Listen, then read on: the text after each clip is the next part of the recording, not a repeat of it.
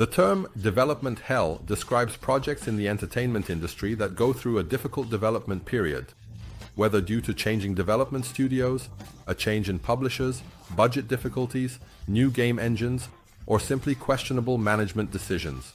In this context, the studio D Realms is certainly not an unknown example, but rather a quite popular one. But don't worry, I'm not talking about Duke Nukem Forever today, which spent a staggering 15 years in development hell, although Duke will be mentioned later. Today, I am talking about Prey, another game from D Realms, which started as an ambitious graphics demo, became a beacon of hope, and was ultimately put on hold for various reasons, only to finally see the light of day 11 years later. In contrast to Duke, Prey emerged in 2006 as an excellent first-person shooter that managed to excite both fans and the press. The success prompted a sequel, which then disappeared from the scene again, this time without reappearing. What we received years later was a title that bore the same name, but was unable to carry on the legacy of the original Prey. This is the story of D Realms' ambitious first-person shooter that would have set new standards and challenged Half-Life and Portal if the game had been released as planned. This is the rise and fall of Prey.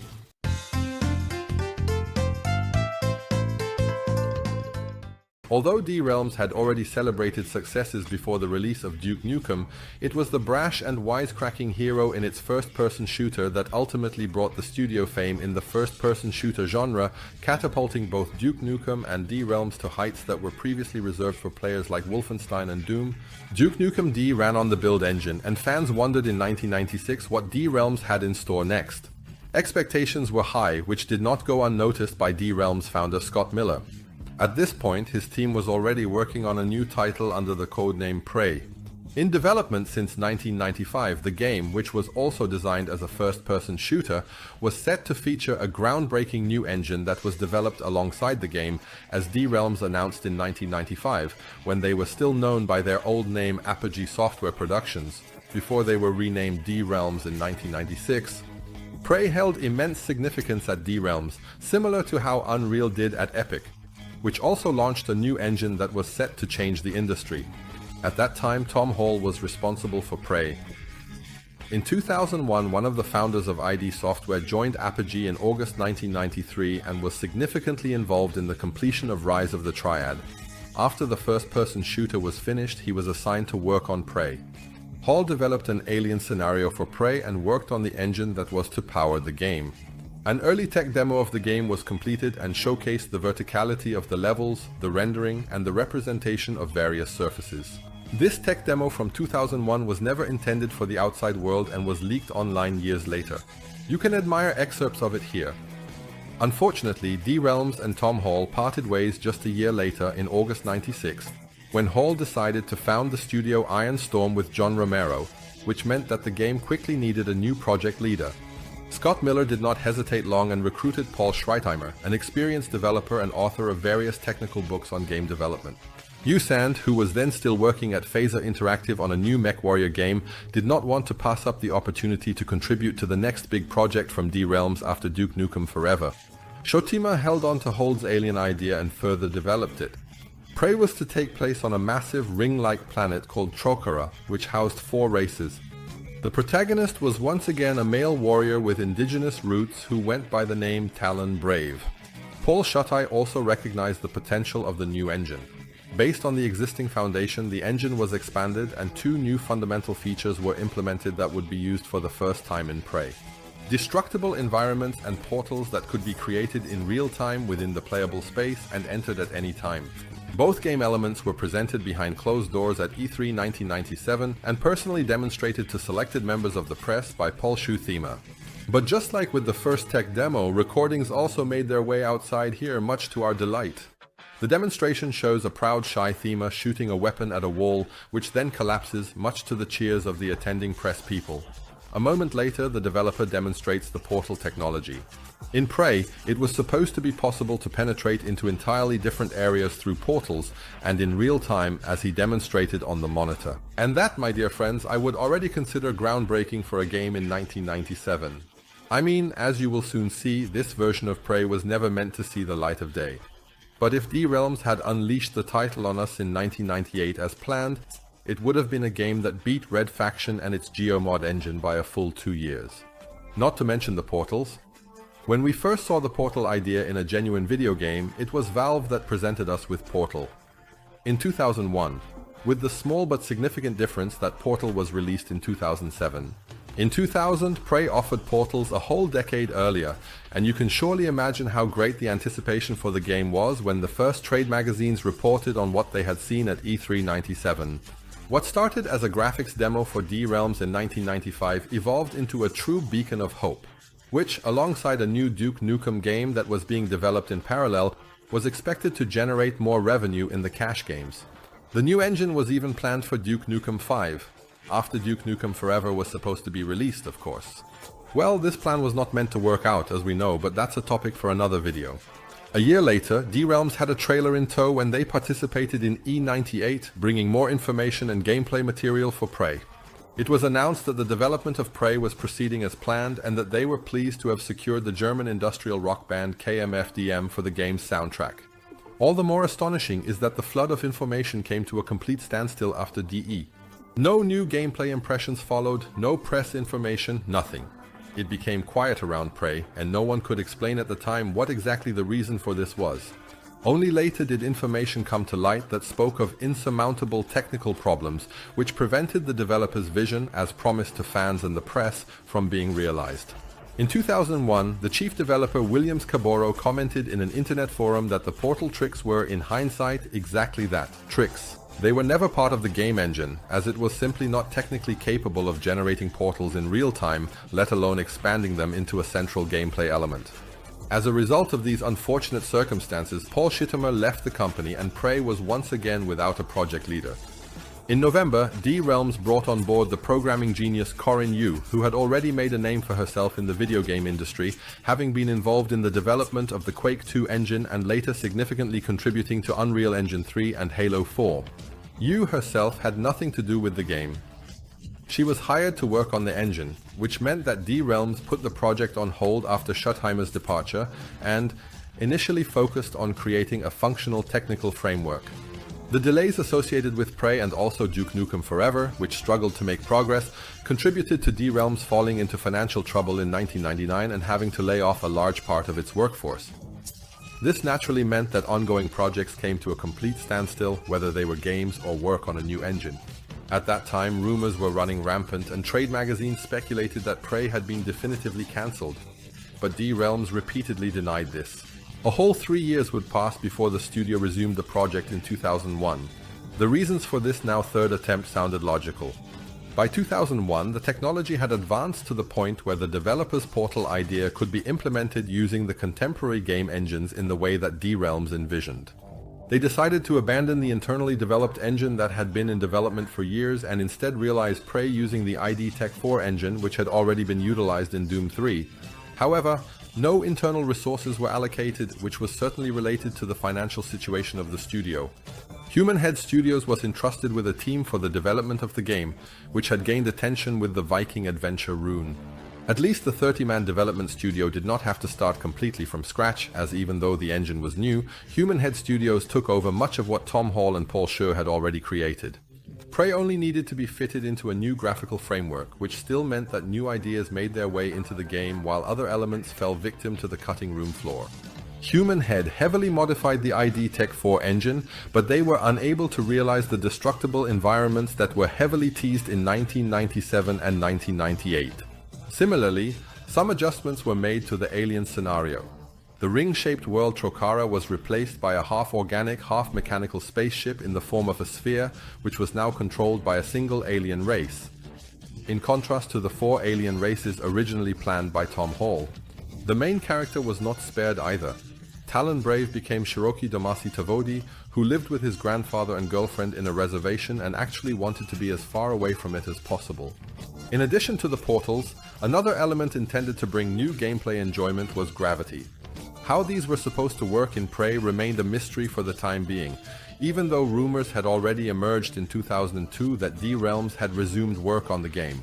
Scott Miller and his team diligently denied all the information that surfaced in the following years, likely to prevent a similar scenario as the first time. This time, they probably wanted to talk about the game when they had something concrete. Just like in 2005, when 2K Games announced the game in April and simultaneously declared that they would act as the publisher, a role that D-Realms had always envisioned for itself. Exactly 1 year later, the announcement of the release date followed. On July 11, 2006, Prey was set to be released in the USA for PC and Xbox 360. Just 3 days later, it was also time in Europe, and the critics were quite skeptical. Could this go well? Could Prey, after 11 years of development time, 3 restarts, and a switch to the id Tech 4 engine, really make an impact? All signs pointed against the game, but videos and images promised the opposite. You Sam.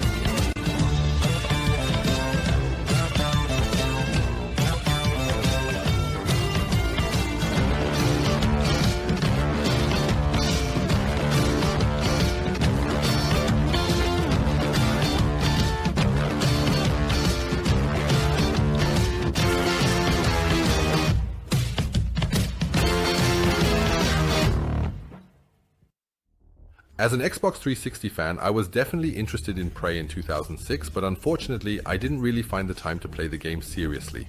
Just a few days ago, coinciding with the announcement that Microsoft would be closing the Xbox 360 store next year, I found myself thinking about Prey again and decided to give the first-person shooter a try. This time, however, thanks to backward compatibility on my Xbox Series X. After about 6 hours, I found myself in front of the credits and was glad to have completed Prey. No, to have experienced Prey. Even though the game certainly has its weaknesses, which I will discuss in more detail shortly, I enjoyed it immensely. Considering that the game came deep from development hell and had an 11-year development time, it is almost a miracle how good it has turned out. But let's start from the beginning. He slips into the role of the Cherokee warrior Domasi Tavori, who is referred to as Tommy in his surroundings. Frustrated with his life in the reservation, he would like to pack his girlfriend Jen and leave behind the bleak life and his Cherokee roots.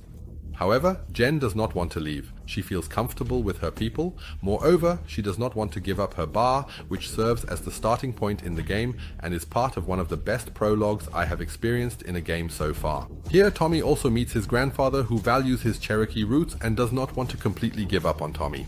Additionally, one can engage in various small activities here that reveal to me the love for detail that the developers obviously felt during the development. Various arcade machines are scattered around where you can play small mini-games. You can even watch a movie on the television, and if you're not in the mood for that, you can play various songs on the jukebox, which adds a lot of charm and life to the bar and thus to the beginning of the game. But before it can get too boring in the bar, 2 guests cause a stir and Tommy quickly gives one of them a punch. Here, the game briefly introduces you to the melee combat system. Armed with a hefty wrench, you deal out some serious punishment and send the 2 thugs to the ground, before events spiral completely out of control and the game signals the first major twist. A spaceship appears above the bar and one witnesses a genuine alien abduction, which had already dropped my jaw to the floor back in 2006, even though I had never been able to bring myself to play Prey until recently. But let me tell you, that moment when beams of light shoot down, the roof of the bar is torn apart, and furniture as well as people are pulled into the spaceship by the light beams, yes, that moment has lost none of its intensity.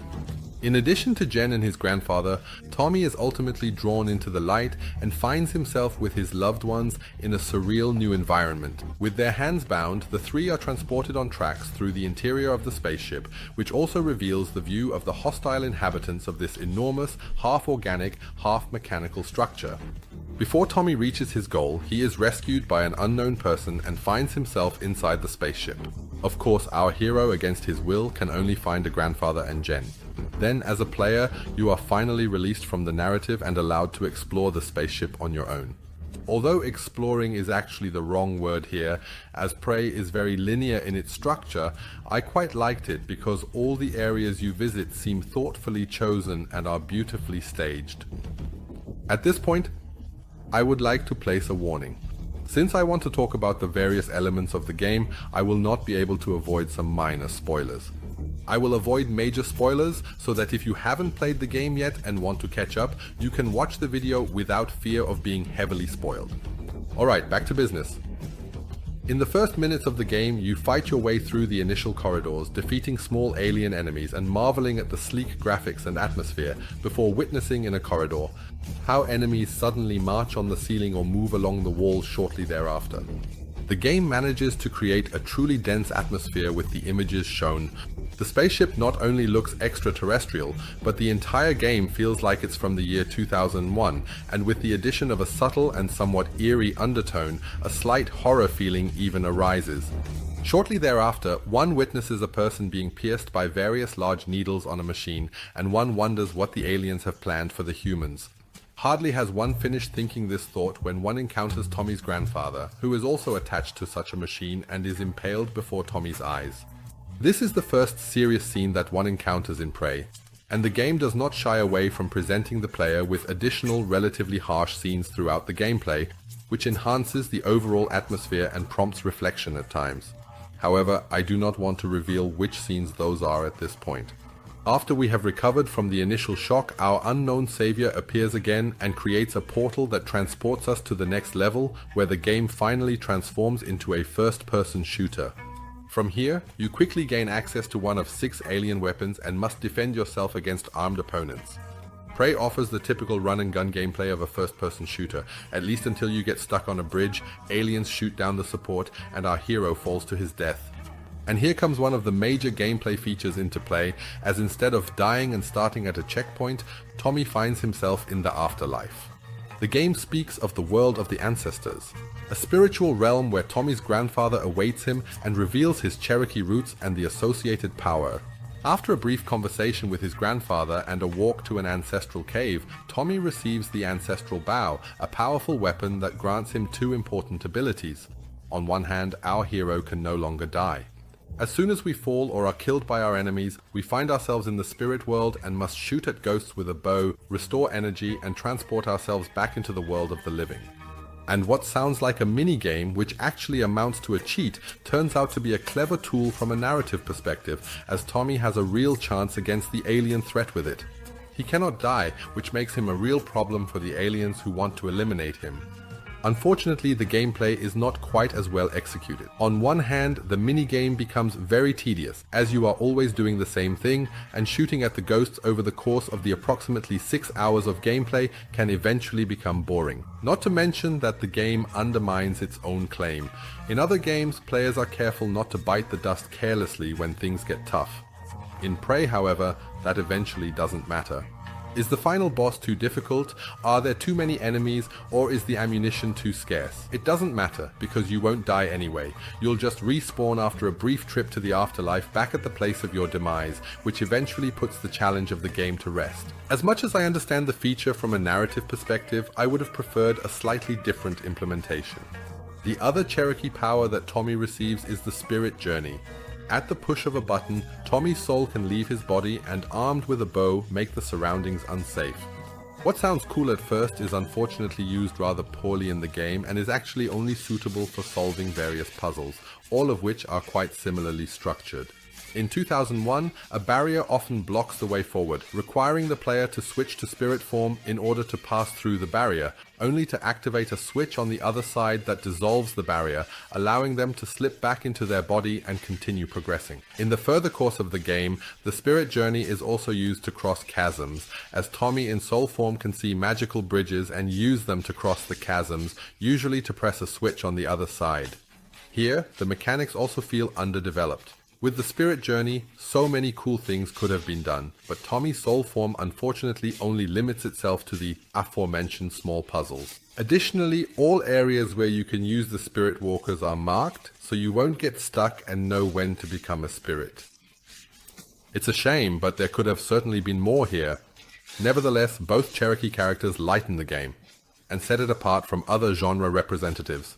The same can be said about Talon, a falcon that accompanies you as a spirit throughout the game, attacks enemies, or allows you to recognize the alien symbols. I also think it's cool that the developers named the Falcon after Talon Brave, the hero of the original Prey prototype.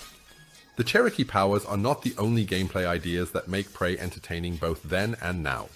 The portals, for which Prey became known in the Eon, made it into the final product, even though they once again fall short of their potential. And I don't want to sound too critical at this point. The portals are really cool and cleverly integrated. They allow you to visit different areas in real time, some of which are located in completely different sections of the mothership, giving the game a certain something and perhaps even a unique identity. But even here, the Human Head Studios could have done so much more with it. The portals are essentially like conventional doors. They are static and only appear where the game deems it appropriate to throw you such a portal for your feet. One has no influence over the portal technology and cannot create it at their own discretion, as is possible with Portal, for example. Portals usually appear when you encounter a zombie in a dead end or when the game throws you into a new area for variety. At least enemies also appear from portals, which gives you a certain sense of dynamism in that area. Basically, the portals reminded me of the rifts in Ratchet Rift Apart in their functionality. They are quite cool and fit nicely with the premise of the game, even though they are unfortunately relatively insignificant in terms of gameplay. The same applies to gravity, which plays a special role in Prey. Various gravitational fields exist on the spaceship, allowing you to walk along walls or on the ceiling. The verticality gained in this way enriches the game and sharpens the sense of orientation, as players often find themselves upside down in an area. Additionally, 2,000 smaller puzzles have also been incorporated. For example, certain fields must be shot at, which changes the gravity in that area and makes the space itself a puzzle. Unfortunately, it is also true here that certainly more could have been possible if the developers had been given more time. Due to the linearity of the game, the gravitational fields only lead in one direction, which somewhat diminishes the appeal of the overall mechanics and feels a bit slow towards the end. Okay, now it certainly sounds like the game bored me, but no, quite the opposite. Although the Cherokee Forces certainly offered more potential with the portals and gravity, Human Head Studios skillfully and entertainingly integrated the individual elements into the game so that everything naturally comes together into a cohesive whole. Through the linear yet quite clever level design, the somewhat morbid depiction of the alien ship, and the manageable playtime, I never felt that Prey was too long or overloaded. The pacing was almost perfectly synchronized. I never lingered too long in one area. Just as I was getting tired of something, the game would throw a portal at my feet and pave the way for me into a completely different area just to show me something else there. The first-person shooter features a variety of enemies and huge bosses, of which there are 4 in total. The normal enemies do not pose a significant threat, but they have enough artificial intelligence to take cover behind objects or attack strategically. And in numbers, they can become quite challenging. Towards the end, there were even a few flying sequences that I really enjoyed. Due to the linear levels, the flight sequences were quite entertaining, and with the direct controls, it was a pleasure for me to take out various enemies from the air. And since I am praising the game, I must talk about the weapons and the overall design of the game. Although the weapons do not differ significantly in gameplay from other genre representatives, the alien appearance of the guns deserves special praise. The partly organic designs are among the best I have seen in a first-person shooter. This also applies to the entire mothership. The sphere, as it is called, is in my opinion the real star of the game. I have rarely seen such atmospheric environments. Here, the walls breathe, spit at you, or throw balls at your feet, from which disgusting little aliens emerge and attack you. On the other hand, there are mechanical areas that blend seamlessly into the organic areas of the game. I would like to give great praise to the lighting atmosphere. Prey is now 17 years old, but what Human Head Studios managed to squeeze out of the Doom 3 engine in 2006 is still quite impressive today. Visually, Prey is top-notch and stylistically puts many modern games in the shade. And I only played the Xbox 360 version. On the PC, it looks even better and runs a bit smoother at 60 frames. Unfortunately, the Xbox 360 version runs at only 30 frames per second. It's a shame that the game never received an FPS boost on the Xbox Series X. If Human Head Studios had made better use of the individual game elements back then, I am convinced that Prey would enjoy a completely different status today. As it turned out, it was received quite positively in 2006, but it never reached the cult status that other genre representatives have. And I can somewhat understand it, even though I am a big fan of story-based first-person shooters, and that might be why I enjoyed Prey so extraordinarily. It is a game that had every reason to be thrown onto the market as a flop, and yet it has become a very entertaining and beautifully crafted piece of software that every first-person shooter fan with an Xbox console should take a closer look at. I could now talk about the individual aspects of the plot, or about a few scenes that made the hair on the back of my neck stand up, or about the quite controversial ending, but then I would risk spoiling too much, and that would be a shame. If you feel drawn to Prey, give the game a chance, especially since it is often offered for a low price of $3.99 in the Xbox store. Unfortunately, what I could not test was the online multiplayer. Sadly, Human Head Studios failed to provide Prey with a local multiplayer mode, and since the online servers have been shut down for a long time, I cannot form an opinion about the online modes. But I think that is not a big loss, as the strengths of the game definitely lie in the single-player aspect.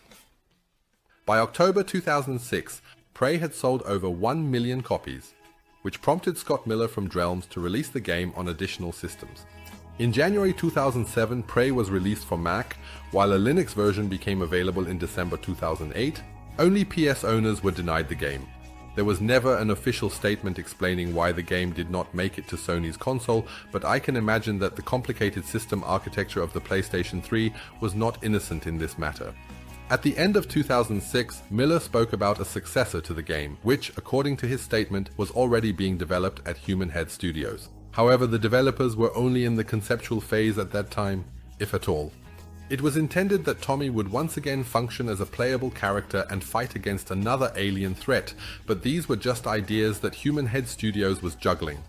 Before production could start under D-Realms and 2K Games, the rights to Prey were sold to ZeniMax Media in 2009, the parent company of Bethesda. Under a new publisher, Human Net Studios finally began work on Prey 2, which resulted in the initial concepts being discarded and Prey 2 being developed entirely independently from its predecessor. In 2009, Prey Invasion was released, a port of Prey for iOS devices.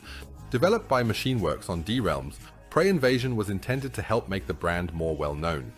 Unfortunately, I couldn't really find out much about Prey Invasion, so I can't tell you whether it is a direct port or if the developers included features that made the iOS version special. For this, Bethesda surprised at E3 2011 with a brand new trailer for Prey 2 which caused quite a stir. In the video, a new hero moved through an open city full of aliens. Tommy, the hero from Prey, was nowhere to be seen. 2001, the new protagonist, was a bounty hunter traveling in a beautiful open world in pursuit of his targets. And although the Prey trailers only showed pre-rendered material, fans were hyped, especially since the game was set to be released relatively soon for the Xbox 360 and PS. Unfortunately, the trailer was all we would see of Prey 2, as things went very quiet around the title at the end of 2011. Shortly after, rumors surfaced that disagreements between Bethesda and Human Head Studios led to a change in developers, and that Human Head Studios was no longer responsible for the game. Throughout the year, various media reported that Prey 2 had been cancelled. Although Bethesda initially did not comment on the rumors in 2014, 3 years after the announcement, they eventually admitted that Prey 2 would no longer be released because the game did not meet Bethesda's quality standards. It was all the more surprising that at E3 2016 Prey suddenly reappeared, although somewhat differently than many fans had thought. Bethesda announced a title that was developed by Arcane Studios and had nothing to do with the original Prey or its cancelled sequel, even though the new Prey had a similar premise. Once again, it was a first-person shooter set on a space station where one had to defend against various aliens. When Prey was released in 2017 for Xbox One, PS and PC, it quickly became clear that the game had nothing in common with the original aside from the name, and that Bethesda likely chose the name due to brand recognition. And that makes me wonder, why would they name the new game from the makers of Dishonored Prey? I mean, it wasn't like the first Prey was a cult game in 2006 and the promising predecessor couldn't manifest at all. So why name the new Arcane game Prey? At least, Prey met a similar fate. Everyone who played it loved the reboot, and the press also celebrated the game. However, it did not become a real sales hit, which resulted in us not seeing or hearing anything about Prey since its release in 2017.